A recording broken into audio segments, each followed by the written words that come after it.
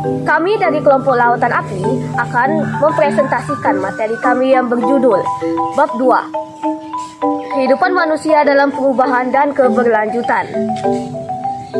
Sebelum itu, kami akan memperkenalkan diri kami terlebih dahulu. Perkenalkan, nama saya Anissa Mardea, saya sebagai moderator. Di sebelah saya ada Missy Fitriani sebagai penyaji 1, kemudian ada Zelpa Jumita Elpina sebagai penyaji 2, dan yang terakhir Lola Gustina Aulia sebagai penyaji ketiga. Baik, setelah perkenalan tadi, kita akan langsung saja masuk ke materi. Kita akan mempersilahkan langsung para penyaji kita untuk menyajikan materi tersebut. Baiklah, di sini saya sebagai penyaji 1 akan menjelaskan tentang manusia dalam perubahan sejarah. Selain ruang dan waktu, konsep lain dalam sejarah adalah perubahan dan keberlanjutan. Dalam kehidupan manusia yang terus bergerak dari waktu ke waktu, saat itu pula terjadi perubahan-perubahan.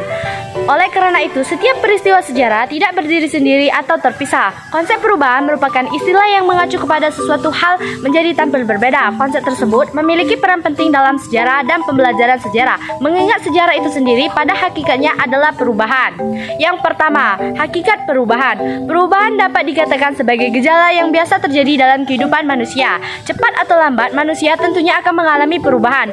Disebut mengalami perubahan apabila terjadi dalam kehidupan masyarakat terjadi gerak secara berturut-turut dari bentuk yang satu ke bentuk yang lain. Perkembangan terjadi biasanya dari bentuk yang sederhana ke bentuk yang lebih kompleks. Sekian penjelasan dari saya kembalikan kepada moderator. Baik, terima kasih atas penyaji 1 kita atas penyampaian materinya. Kita lanjut saja langsung ke penyaji kedua. Saya sebagai penyaji 2 akan melanjutkan penyampaian materi, yaitu yang kedua, faktor penentu perubahan. Faktor penentu perubahan terbagi menjadi 2, yaitu faktor internal dan faktor eksternal. Faktor internal adalah faktor yang berasal dari manusia itu sendiri, yang meliputi 1. Perubahan penduduk. Perubahan penduduk berarti bertambah atau berkurangnya penduduk dalam masyarakat. Yang kedua, penemuan-penemuan baru.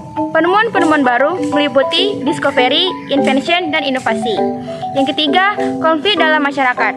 Konflik dalam kehidupan bermasyarakat atau bernegara dapat mempengaruhi perubahan. Yang keempat, pemberontakan atau revolusi. Kemudian, faktor eksternal. Faktor eksternal adalah faktor yang berasal dari luar kehendak manusia itu sendiri untuk berubah, yang meliputi 1. Kondisi alam. Kondisi alam sangat penting bagi kehidupan manusia, seperti sebagai sumber bahan makanan dan pakaian. Yang kedua, peperangan. Peperangan bisa menyebabkan terjadinya perubahan yang sangat mendasar, baik seluruh wujud budaya maupun seluruh unsur budaya. Yang ketiga, pengaruh budayaan masyarakat lain. Pengaruh perubahan ini terjadi karena suatu kelompok bertemu dengan kelompok lain dan akhirnya interaksi mereka menimbulkan akulturasi, asimilasi, dan sebagainya. Sekian, terima kasih.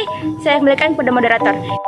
Terima kasih atas penyaji 2 atas penyampaian materinya. Kita lanjut ke yang terakhir, ke penyaji ketiga. Penyaji ketiga akan menjelaskan materi tentang manusia dalam keberlanjutan sejarah. Serangkaian peristiwa yang terjadi sejak masa praaksara hingga masa modern saat ini merupakan suatu proses yang berkelanjutan. Dalam ilmu sejarah, setiap peristiwa yang terjadi di masa lalu merupakan mata rantai yang terus berputar hingga saat ini dan saling terkait antara awal dan akhir. Ada 2 jenis perubahan, yaitu 1. Evolusi. Evolusi adalah perubahan-perubahan yang memerlukan waktu yang lama.